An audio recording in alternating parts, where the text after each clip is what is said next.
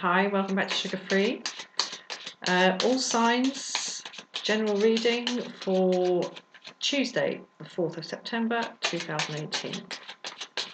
Let's see what we get. I'll shuffle.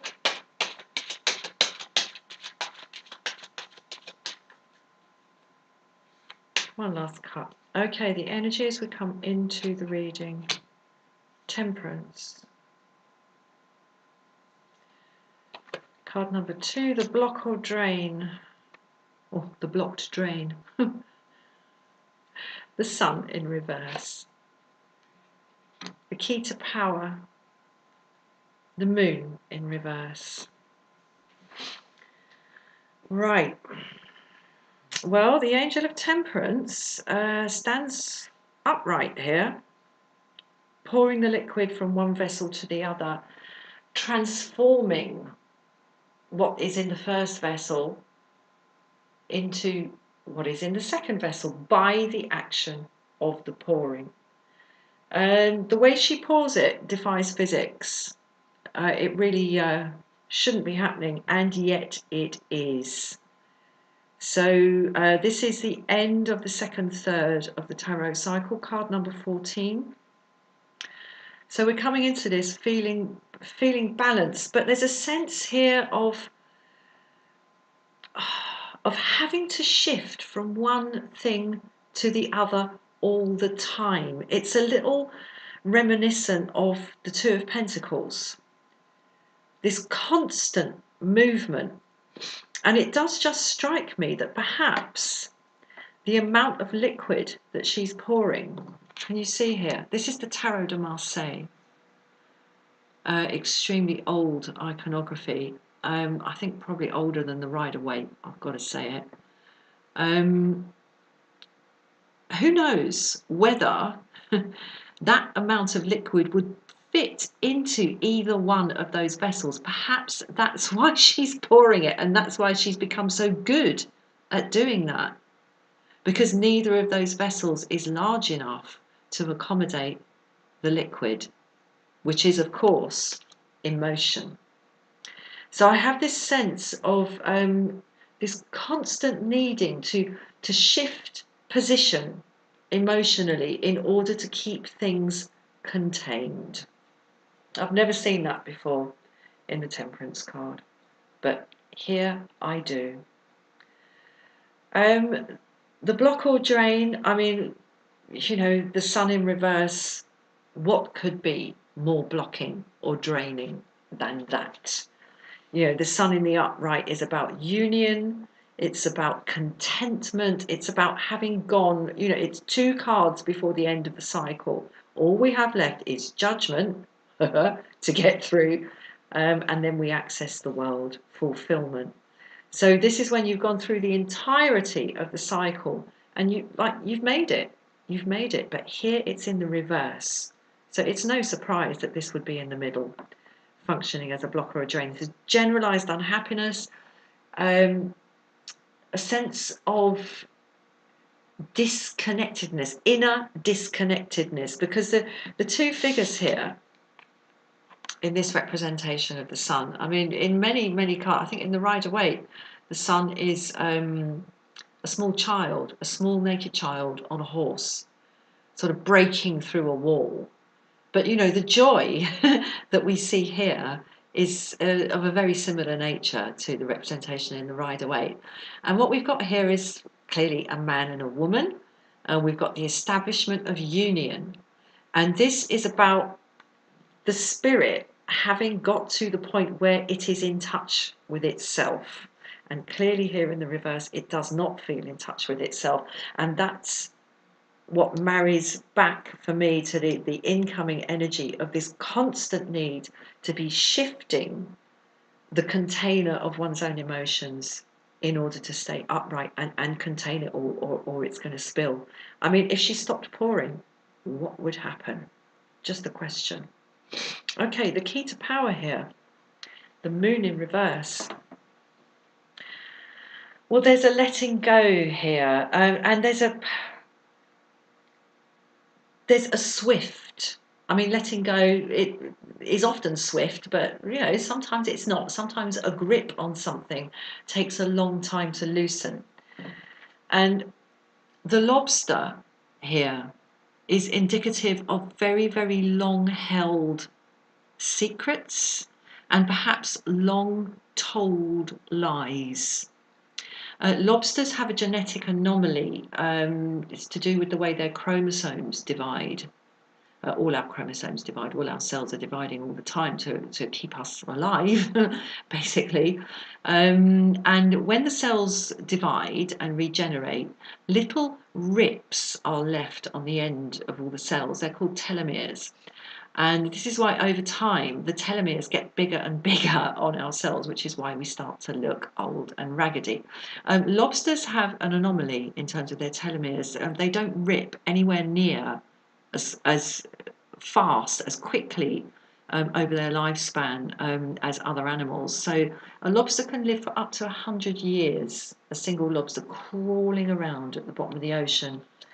When we see the moon card, this is about this old stuff that for one reason or other is buried at the bottom of the ocean inside of us, coming out. And there is this kind of sense of it being a bit of a head spinner when that happens. Here it's in the reverse. So the key to power here is to let it bubble up. Let it bubble up. In fact, I would say even dig it up. That there's clearly not a happy space here. Dig it up. Dig it up. There is something on the mirror on which the lobster is resting here. There's a speck or something in your peripheral vision. Check what's in your inner peripheral vision tomorrow. There's something needs to come up, needs to come out like a burp or a belch, or something needs to come to the surface. And my advice to you tomorrow, in order to make use of this key to power, to shift this dynamic here, where this unhappiness and this lack of inner connection with self, is leading to this situation where you have to keep shifting your emotional focus from one position to another, from one vessel to another. The key to it is to open yourself to whatever it is that is bubbling up from the depths. Let's get a sword. Wow. Ace of Swords. Okay, well, there's a huge gain to be made in this matter, because there's only so long that this situation, the Sun in reverse, you could continue with this for the rest of your life if you wish. The way to get connection with yourself, and that is the key to happiness, is self-acceptance, which leads over time to self-love, is to face bravely and stoically whatever it is that is bubbling up from underneath the surface. And that way you don't need to keep shifting everything around. As I say, shifting your inner vision from one thing to the other and never quite looking anything in the eye. Look it in the eye. And this is the reward. This is a signal for clear vision, clear inner vision, excuse me, and if necessary, clear inner words. Not all our thoughts are articulated to ourselves in words. Many times there's an impression. What I'm getting, it's rather an impression, like a kind of a mood that goes through us, a set of associations that goes through us, but we don't actually stop and crystallize it into words. The Ace of Swords is telling me here, stop and crystallize something into words in your own mind. There can be great value in that tomorrow. Wow. Ace of Wands, yes, great value in that tomorrow. If you are able to, as I say, stoically and bravely, and I mean, bottom line is, if there's some stuff inside that is sort of buried deep down, at the bottom of your ocean, it's only you. It doesn't matter. And if somebody else made you bury that down there, then that's on them, not on you. Let it bubble up. Huge gains to be made. Wow, we had this yesterday. 5 of Pentacles. Okay, well, this chimes in very, very, very directly with the Sun in reverse here as the block or the drain. And also, it strikes me with the Temperance here. The 5 of Pentacles is just this sense of being poor, seeing yourself as one of these figures outside the church here, rushing past, not even looking, wanting to go in to get the warmth and the succour of the church, but feeling that the right is not theirs. That's so sad. And I mean, again, in terms of feeling locked out from the karmic wealth represented by the Pentacles, with the Angel of Temperance here, who's always pouring the emotional liquid from one vessel to the other, every time you move a material from one vessel to another, for example, if you are making a cake and you have cake mixture and you scrape it from the bowl into the cake tin, there's always a bit left on the side of the bowl. And the same goes for money. When you shift money around from one kind of holding place to another, one bond to another, one investment vehicle to another, there's always some left on the side of the bowl. And, bit by bit by bit, the actual quantity of what you have and the value of what you have reduces when you keep moving it from one container to another. The way to stop moving it from one container to another is to become the container yourself in your entirety, with no leaks and no hull breaches. But that takes connecting with yourself. And that takes allowing whatever it is that is functioning as a leak down at the bottom of your inner ocean to bubble up and be looked at clearly, grasped firmly. Okay, 2 of Cups, the Caduceus of healing. Now, what's above the surface and what's below the surface in us, it's all us. But in a sense, you could say that they are opposites. What we show and what we show to ourselves, and what we do not show to others and what we do not show to ourselves. It's still us. It's just the sun side and the shadow side. The side that people see and the underbelly that people don't see. And what this is telling me, again, this is like the stuff at the bottom of your inner ocean.